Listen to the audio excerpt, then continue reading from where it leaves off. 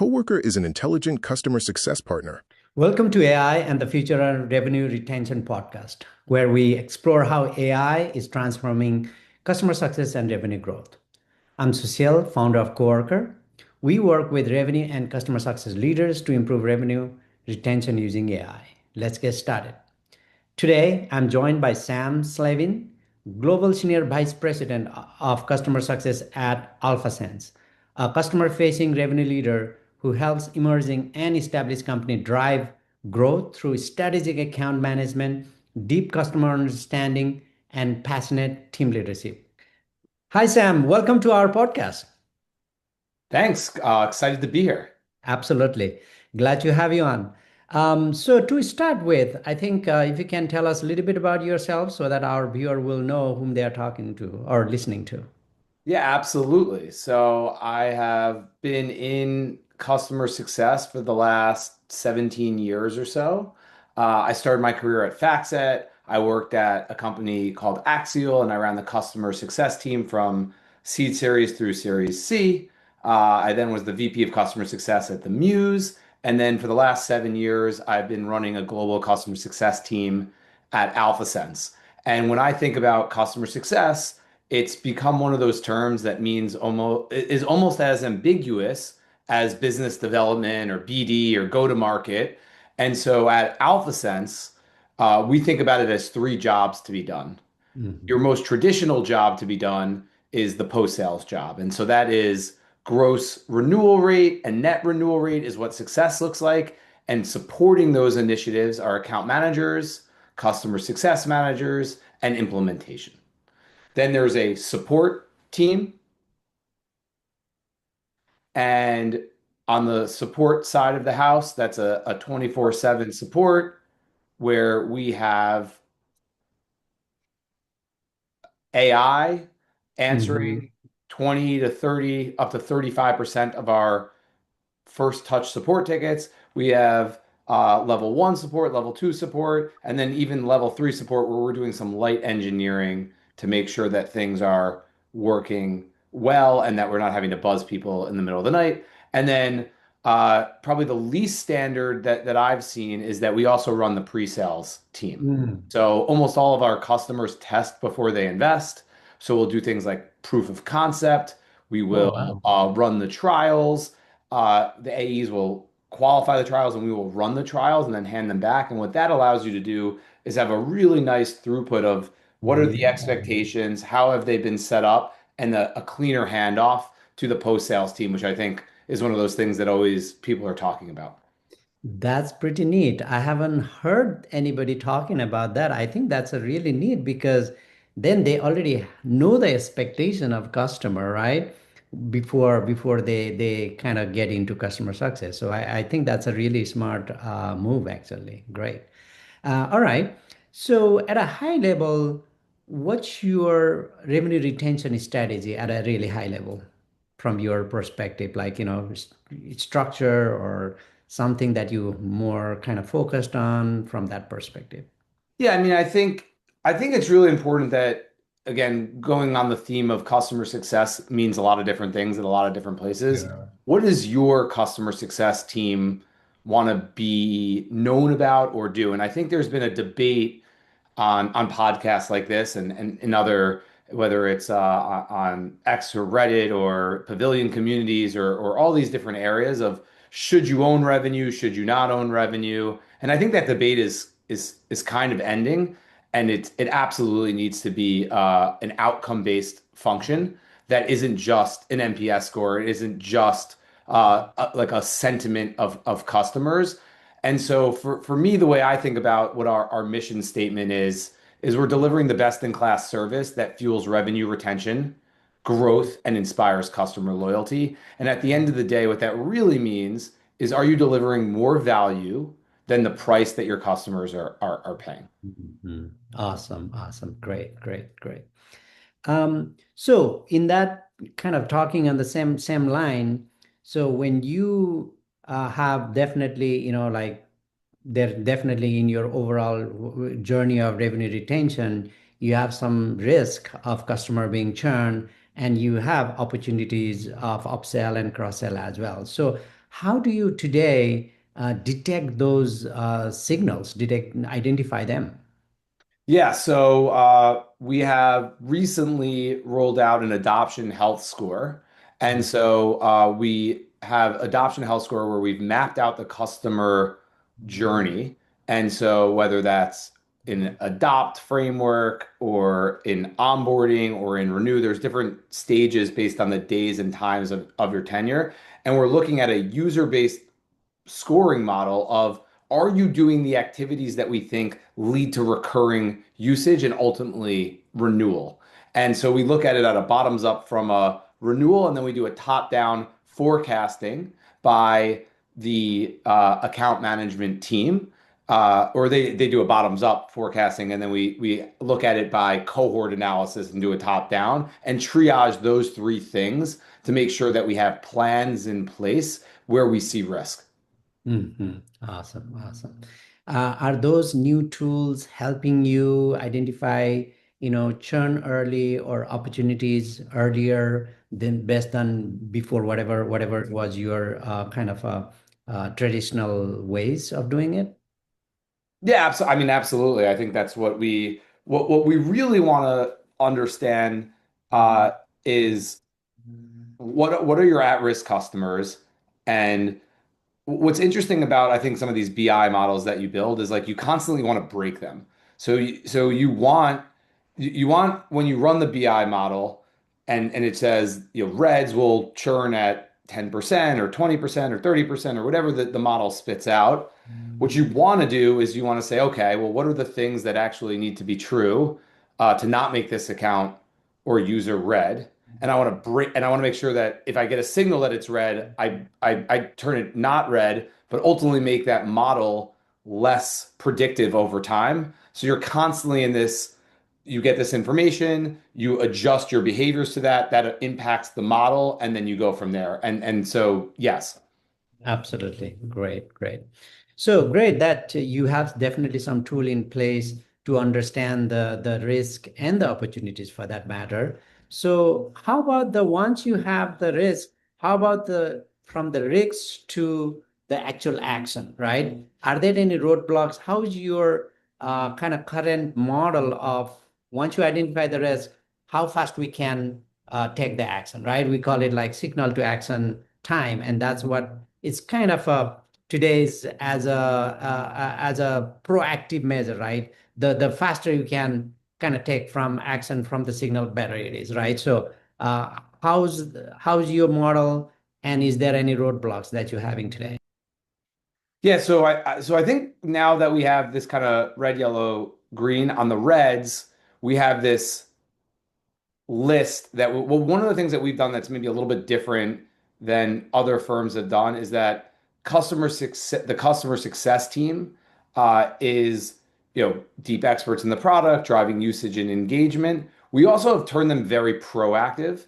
So they have a list of users that they'll go down and call. And so if you go on a dormant list or a red list, or you're in yellow and we want to move you to green, there's an expectation that you're actually calling that user up and saying, "Hey, Sam, not selling you anything, but I am I work with your account, and I noticed that you're not doing X, Y, and Z. A lot of your colleagues are, and I just want to spend 5 minutes showing you how to do this one thing. Did I catch you at a bad time?" So it's almost that SDR-esque motion of like trying to book a meeting, but now you actually are just trying to get them to leverage the account and use kind of multimodal outreach, whether it's a floor walk on the office, whether it's cold calling, whether it's emailing. We're testing out some AI calling to try and book people's calendars up. We're going to do that very carefully because I don't know if people are ready to actually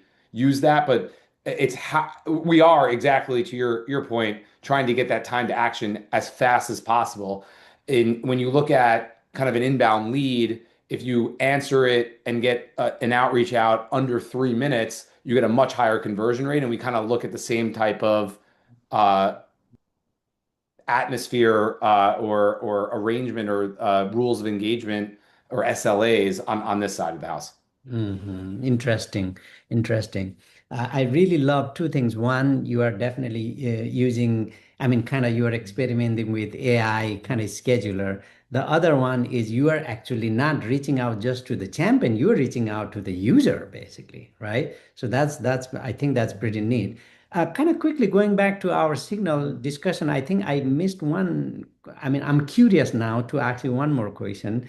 Is like, are you considering any conversational data, right? The emails of the world, the phone script, and all those things to identify some of those churn or sentiments or the expansion opportunity. Are you leveraging those as well?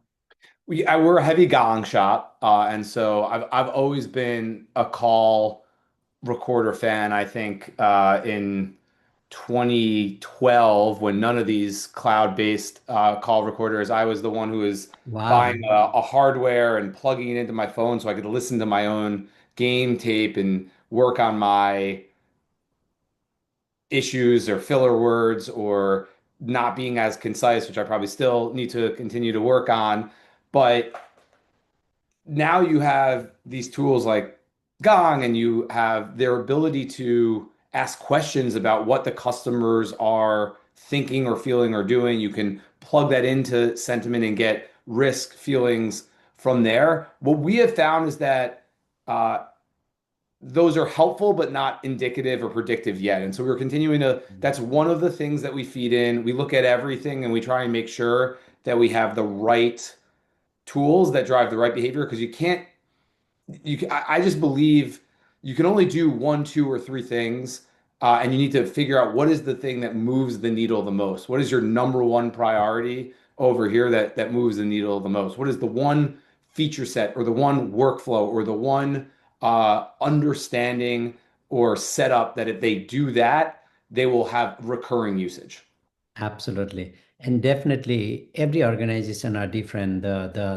The input of or variable of what actually drives the churn and the expansion may be different for different organization, right?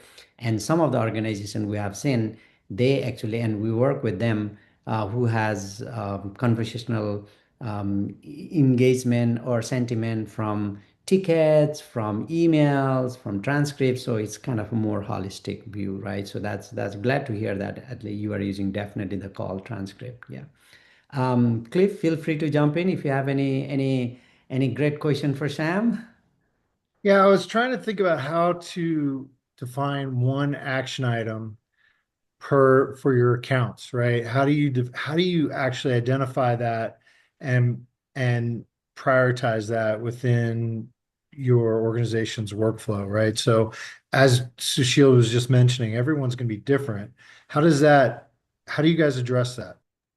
I think it starts at stratification and segmentation of your accounts. And so a strat or a strategy or strategic account, Fortune 500 or one of the top 100 uh, financial institutions in the world, you're going to have a slightly different North Star and what success look like an account plan for them versus maybe a small SMB shop that maybe is like a biotech uh, company that's 40 or 50 employees. And so I think that's like the first way that I think about it is what is the segmentation, and the in-depth account plan of what you need to do is different, because within those strat accounts, it actually might be, and oftentimes is, 11, 12, 13 different business units that each one of them is kind of like their own account that needs their own North Star, that needs their own number one thing that you need to focus on. And so I think it's understanding segmentation and then thinking about, well, life sciences is going to be very different than financial services, which is going to be very different than energy, which is different than TMT. And so,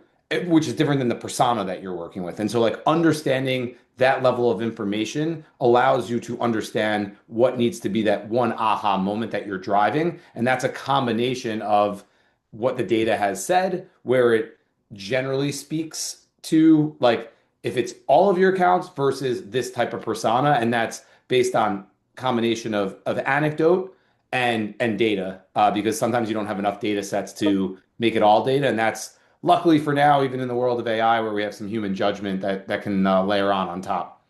Yeah, how long are we going to have human judgment participating in this process, hopefully for a very, very long time, but we'll I see. think we're good for at least another couple years. Yeah, that's a right segue to our next question, actually.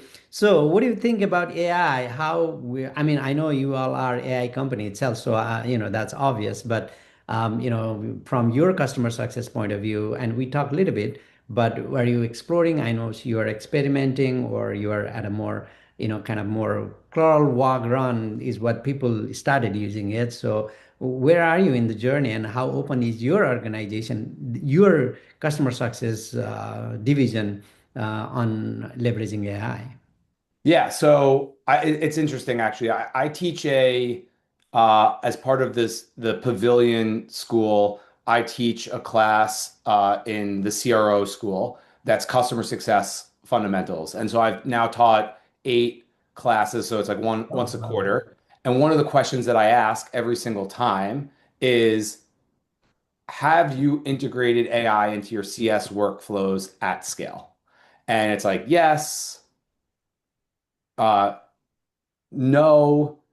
Well, we've tried, but it's been unsuccessful or haven't really started yet. And it's been really interesting, like 2 years ago, when like I feel like the ChatGPT moment and all those things, and everyone's like, you got to use AI in every way. And kind of looking back on what was actually available, it was probably a little overhyped, but everyone could kind of see it coming. No one had it. Then you had that MIT report that came out that said actually 95% of these things fail. And then you had 7 months ago where ChatGPT was like the declared winner. The space is over. 3 months later, Gemini won Yep. because of their cost structure, and now Claude is like definitely having their moment post Yep. January, and we'll see. And I think that they're very good at It's like I have this mythos thing, and it's going to shut down the entire world. And it's very good. They're very good at marketing.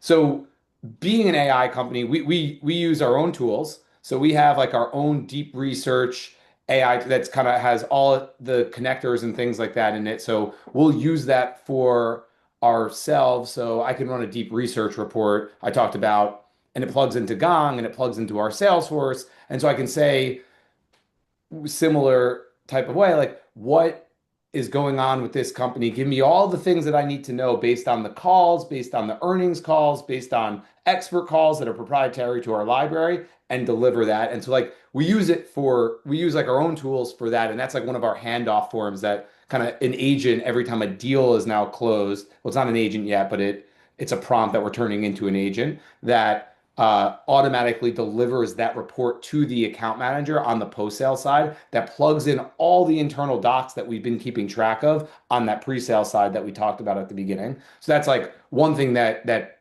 we do, because we want to dog food our own product and allow people to upload content and understand where it's good, what it needs to be worked on. Then and so we've been doing that for like a year and a half overall since we released our own deep research. Then I think the first place that most people went, and we were no different than that, is support.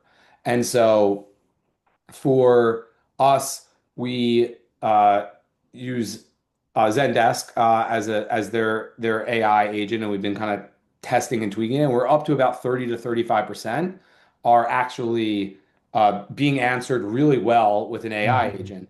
And we're a really high growth, high velocity company, so we're not like, I think a lot of people are like cutting support or things like that. We're not doing that. What we're then looking at is like, okay, what's the next thing that isn't automated yet today that this team can go tackle and not have the CSMs or the AMs do that? And we take a project on that, we reinvest that 35% time saving and move it up the stack. And so that's what we've been doing, and that's how we think about doing it. And then also probably not having to hire as many people in the future as we continue to grow for that, but continuing to look at like, how do you apply those dollars of that team to somewhere else so that they can solve a problem.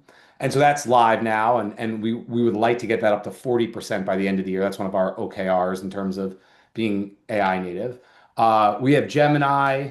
And again, part of this is like, we are an AI company, so we need to know what everyone else is doing. We need to practice what we preach and look at it. And so like Gemini is really good. I think some of the MCP connectors for Claude are a little today are overhyped. I'm sure they'll get better over time, but like the metadata and the information doesn't actually pull, it's pretty limited in terms of what you can pull back. But Gemini, because we're a Gmail shop, like, and we have a lot of win reports and things like that that come into our mail. I use Gemini today to say, all right, these are all the renewals that we won by vertical, by this, by that. What are the themes that are pulling up? And I get a weekly agent that kind of runs through that and spits that out for me. And then I also love Claude. I think it's having its moment, and I understand why it's having its moment. For me, I have to do weekly deliverables every single week, and I'll create a project in Claude and aggregate lots of information that kind of sharpens my format and aesthetically pleasing and aggregates data. But like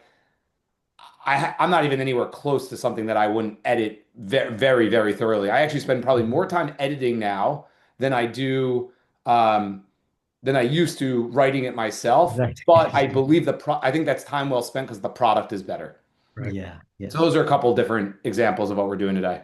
So when you look at the impact AI has had, okay, obviously it's a workload, a capacity, you know, obviously allowing you to do more with less, so to speak. But when you look at the retention and revenue growth side of the house, have you measured the impact it's had of leveraging eating your own dog food and the value that's brought to your client base, either from that renewal or from the expansion or from a pure revenue perspective? Yeah, I mean, it's a little self-serving for us because we're a vertical AI player that very much specializes in investment grade decisions. So if you're a business development professional or you're a hedge fund analyst, you need to make a buy recommendation. And so like you need the proprietary content and our very, very specific knowledge graph to make those investment grade decisions. So like I think there's a lot of companies that are SaaS companies that are getting decimated by feature sets and point solutions. It's been an absolute tailwind for us, and we've accelerated our growth over the last 6 quarters. And we last publicly announced that we had crossed 500 million last year, and so we're accelerating really, really fast because when I started 7 years ago, you used to have to explain to someone like AI can be this productivity tool, and like honestly, some people were like, "You mean artificial? Like, what are you talking about? Alien? Like, what are you talking about? AI and this thing that could be done as part of?" And so when ChatGPT had its moment, and now everyone's used to some sort of conversational quick tool, we have a generative search that we quickly rolled out on top of that with our proprietary content set and the combination of financial data that really has been a major, major uh, uh, increase in velocity for us because it's made it more commonplace. It's like you need an AI tool, so we don't need to tell you why. Now we just need to show you what the 30% gap in kind of the horizontal players for what we do is, and that's what that's where our value lies. Yeah. I know we don't have the time to talk more in depth about those tools and technologies. I have so much more to say. But the question now is, as your future thinking, what are the data sets you're missing, or what are the types of capabilities that you would love to have today that you don't have? In terms of from like a customer success lens, Yeah. Yeah. I think that when it comes, I feel like a lot of people, I don't know if this phrase is this like the token maxing, like where people are like telling how great they are at using X, Y, and Z, and they're look how many tokens I'm burning and things like that.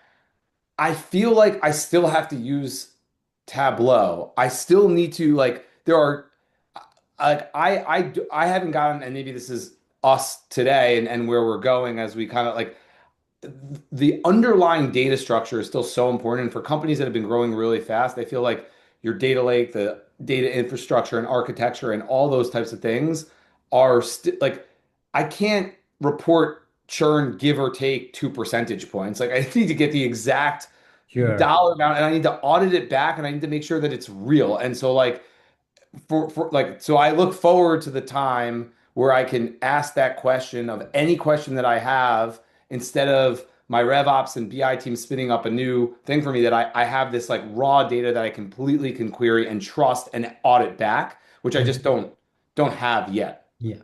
That's a very good point, and it's definitely hybrid, and that's actually not trying to talk about our product, but we do hybrid. We do get the data from the structured data and then unstructured, and that's exactly what you say. We mix with the proper SQL command like for BI tool so that the data is correct. Anyways, we kind of ran out of time, but thank you so much. I really appreciate it. I think it's very, very insightful, and I think based on what you see, and of course, it's a little bit naturally also since you are an AI company. I think you are from the customer success perspective. I see what you have done is really, really great and kind of like a first mover from then other customer success teams. So Oh, that's glad good to to hear hear. because you always feel Yeah, behind. You always feel behind. You yeah, always yeah, feel like you're not absolutely. doing enough. And I feel like 2 years ago, people were saying like, and it's really interesting where you have these companies like whether it's Anthropic, whether it's OpenAI, whether it's each one of them, and how many people they are continuing to they're saying like they roll out. We don't need Workday, and then they roll out Workday, like these system of records and these different areas, and so it's there's this hype versus reality, and you're trying to make sure that uh, you're on the frontier, but not blowing up your business. Like I think one of the companies cut their entire support staff and then had to rehire all of them when it didn't actually Yeah. work because they were a little early on the agentic stuff. Yeah, absolutely. I heard few of the similar stories as well. So it was really great having your insight in our podcast. I'm sure our viewer will love it and they will learn from you. Thank you so much. Really appreciate it. Great to be here. Thanks for having me. Feel free to contact us if you want to learn more about how AI can help customer success.